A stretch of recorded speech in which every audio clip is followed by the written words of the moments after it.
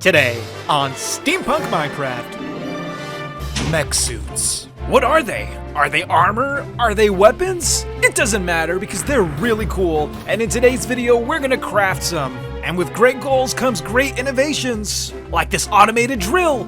We're making mech suits in Steampunk Minecraft. You want to play mod packs with friends, but you can't seem to find a good server. And the free ones? With the big mod packs these days, free servers are just too laggy. Luckily for you, there's BISECT hosting. They host my server, and with plenty of affordable options, they can host your server too. And the best part is, they support almost every mod pack. Use code Doublesal at checkout for 25% off your first order. BISECT hosting, a great site for great servers.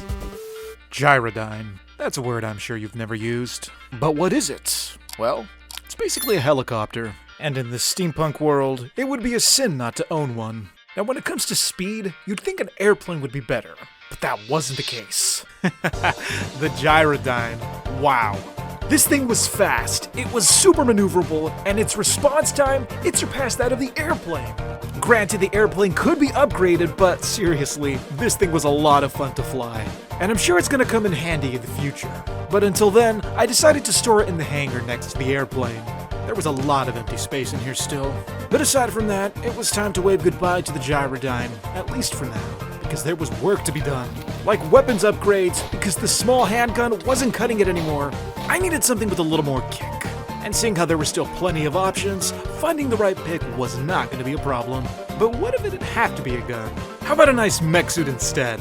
A piston mech suit with the power to push enemy mobs very far away. It was surprisingly very cheap. Just a couple of pistons, some iron blocks, nothing too fancy. I should add that this mech suit is one of 3 that I'm going to craft today, but seeing as though it's the first one, it's probably not going to be that great. Now the movement is exactly what you'd expect from a mech suit. It's pretty slow, but I think it's a little faster than walking. I didn't know how to activate the special ability. It was supposed to push the mobs away, but they weren't being pushed away. Then all of a sudden, I accidentally pressed something and I went zooming forward. It was like I activated some turbocharge or something.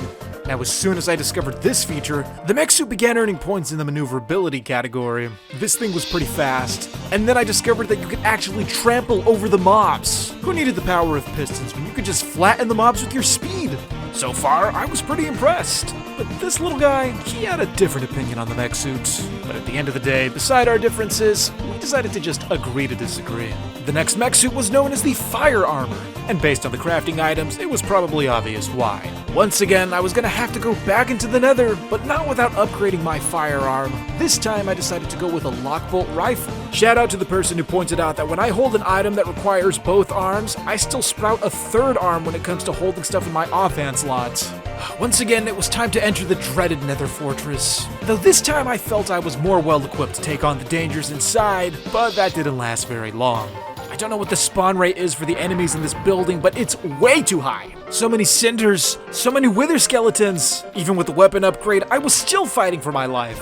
Eventually, I found a regular blaze, which held one of the items I needed, a blaze rod. With one final punch, the blaze dropped the item. And then after that, I was quick to get out of there. Finally, with all the items, I could craft the fire armor. Now, aside from being made of items from the Nether, why did they call it the fire armor? You could take a wild guess. I hopped in, activated the boost, and I was zooming past our buildings out to the landing strip. It shoots fire. That's right. The fire armor shoots fire. It has 2 built-in flamethrower cannons. I now own 2 of the 3 mech suits, but there was still one more on my list, and this one was going to be far more expensive because this mech suit required Netherite. To get the amount that we needed, I was gonna have to make a powerful drill machine, one that could burrow through the ground, breaking dozens of blocks at a time. After all, with the Create mod, there are plenty of efficient ways to gather ancient debris. So, I began collecting my materials, including the components needed to construct this machine. Components like the plow. It was basically a big scraper that could break up blocks, especially railroad tracks. And then there was the cart assembler, a block that allowed minecarts to move entire structures and keep them together. And lastly, a minecart with a furnace in it. I began digging down, trying to get to the ancient debris level, but it seems like wherever I dug, I would almost always find myself almost falling in a pit of lava. Here's a second attempt, and oh, see, there you go. Can't get anything done in the Nether. Who would have thought that digging down could have been so difficult? but eventually I did find the level I needed to be at. I dug a huge space so that I could start building my contraption, and believe me, I was gonna need every block of this space. I began by placing the drills. It was gonna be 5 rows of 5 for a total of 25 drills. Credit to Doublesal25, I think that's how you'd say that. He was the one who came up with this design, link to his video in the description. Now this design is gonna be a little tricky to explain.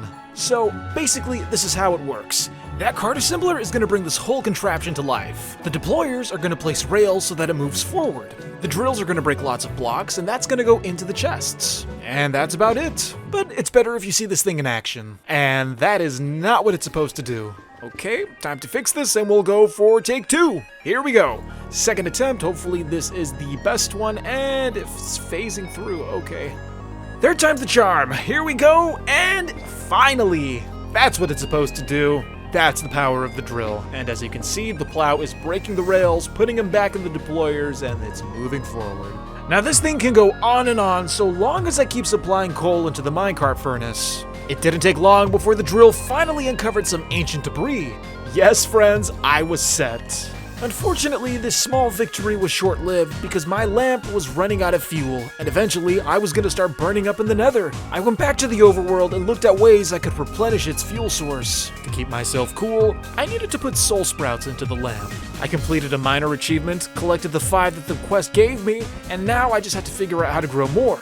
For something that's supposed to keep you cool, the soul sprouts required an extremely hot environment to grow in. I went to go collect some soul sand because that was the only soil you could plant the seeds in. It was even noted that they grow fastest when near lava, and they were by far the most unique looking plants I had ever seen in this mod pack.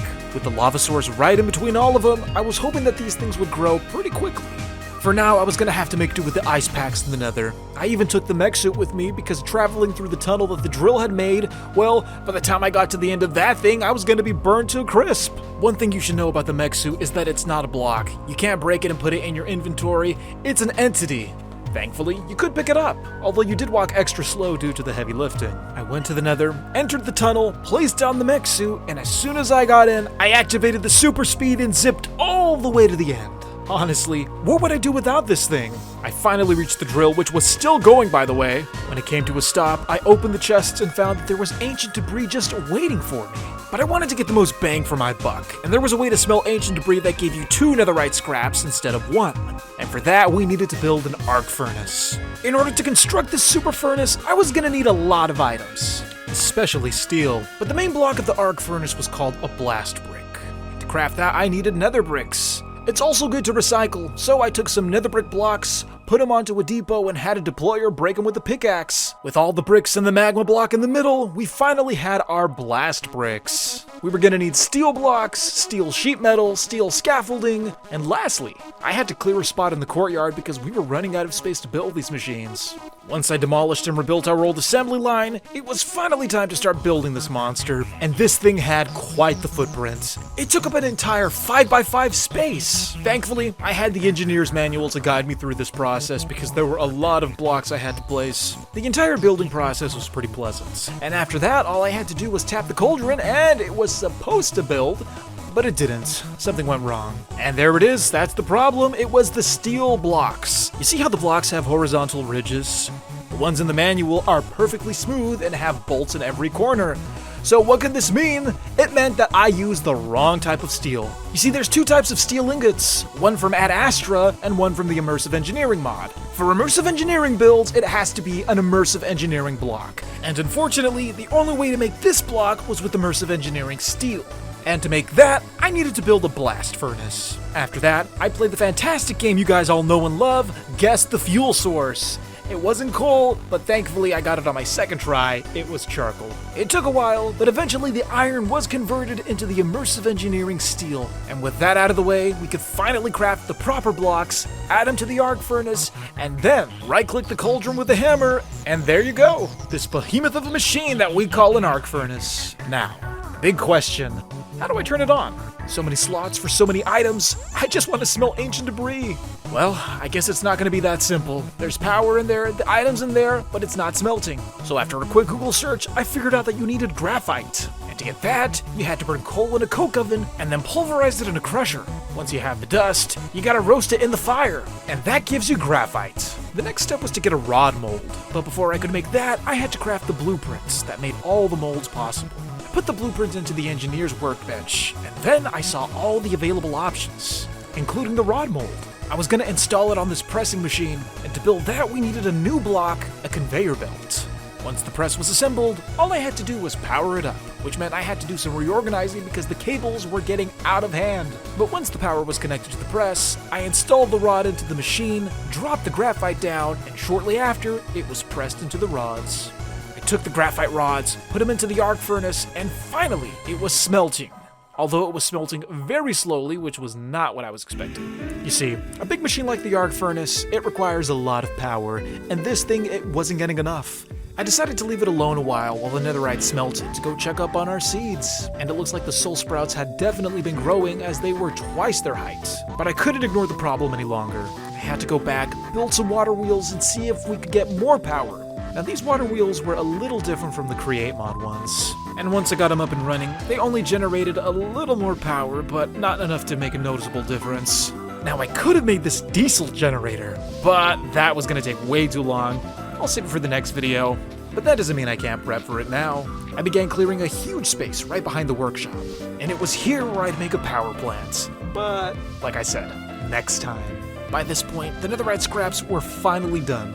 And now we can finally do what I set off to do, craft the final mech suit. I made the ingots, merged them with the final parts we needed for the mech suit, and after that, my heart stopped because there was one more item I didn't have. Gilded blackstone, which could only be found in bastions which were exclusively located in the Nether. I didn't even know where to find a bastion, but thankfully we had a gyrodyne. With this vehicle, the search was going to be a breeze. I took it out of the hangar, went to the Nether, and began a perilous journey through the Inferno. And make no mistake, just because you're flying doesn't make it any less dangerous than if you were walking, because I was being chased, not by ghasts, but by super mosquitoes. And these things were relentless. They followed me for most of my flight, and they were just as fast as I was, so I couldn't lose them. If one landed on you, they would start sucking the blood right from your face. These things were a nightmare to deal with, and then I felt really dumb because I remembered there was a structure made of blackstone right next to our nether spawn. And wouldn't you know it, in the structure, the one block that we needed. I flew to the fortress and landed the gyrodyne on the roof. When I was landing, I noticed that there were spawners. I was really quick about running towards them and then breaking them. After that, I collected some blackstone and then some just in case I was going to need more later. All of a sudden, I found myself peeking into what looked like a large room, so I decided to dig down to investigate, and then I fell! Thankfully, I didn't die, but I was surrounded by glass on both sides, and on the other side of the glass, these ghost-like creatures. I was in a pretty tough spot, but before I began to panic, I looted one of the chests inside.